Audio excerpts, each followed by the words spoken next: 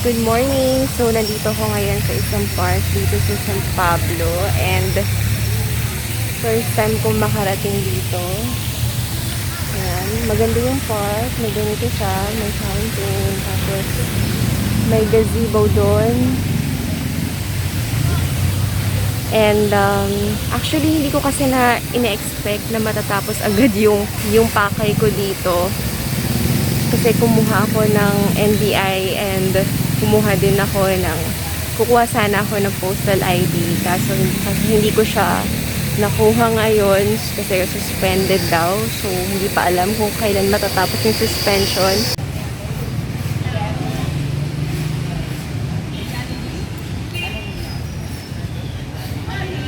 May mga magagandang trees dito. Ganda. Wow, ang ganda doon. May mga columns, oh.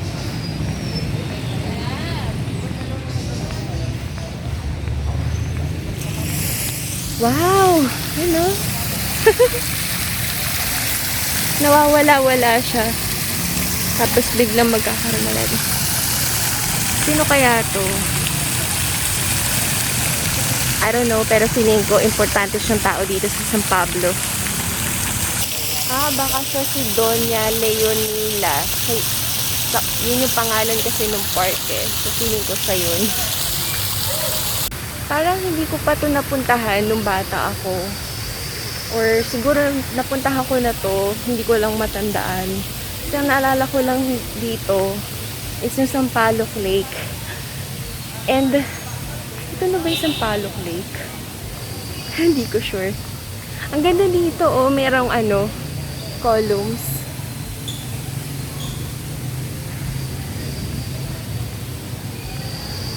Or siguro, actually pumupunta-punta lang kami dito nung bata ako. Siguro mga pre-LM. Every summer vacation, dito ko dinadala nila mami. So, kaya medyo may idea ako dito, but it's been a long time since I've been here. So, and ito na yata yung Sampaloc Lake. I'm not sure. May parang lake dito. Ewan ko kung ito yung Sampaloc Lake. Nabasa ko na ang San Pablo is City of Seven Lakes and yung Sampaloc Lake yung parang pinaka malaking lake dun sa Seven Lakes na yun.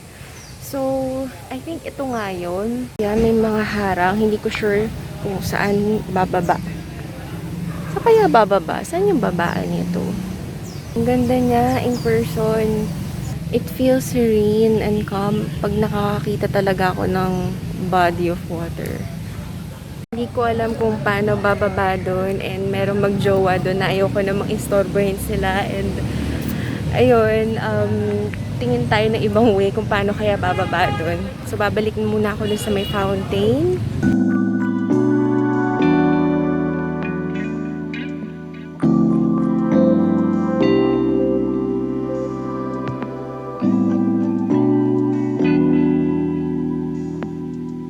So, ito, kung gusto mong mamasyal sa San Pablo, dito pwede kang pumunta dito sa park na to. But hindi ko alam kung paano kaya bumaba doon. Paano kaya? Okay. Feeling ko, alam ko na kung saan bababa kasi medyo naalala ko tong park to.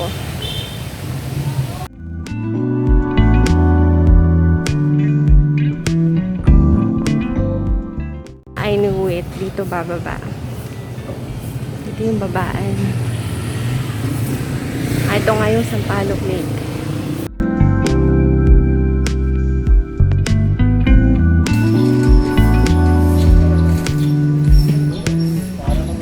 So, ito yung Sampaloc Lake.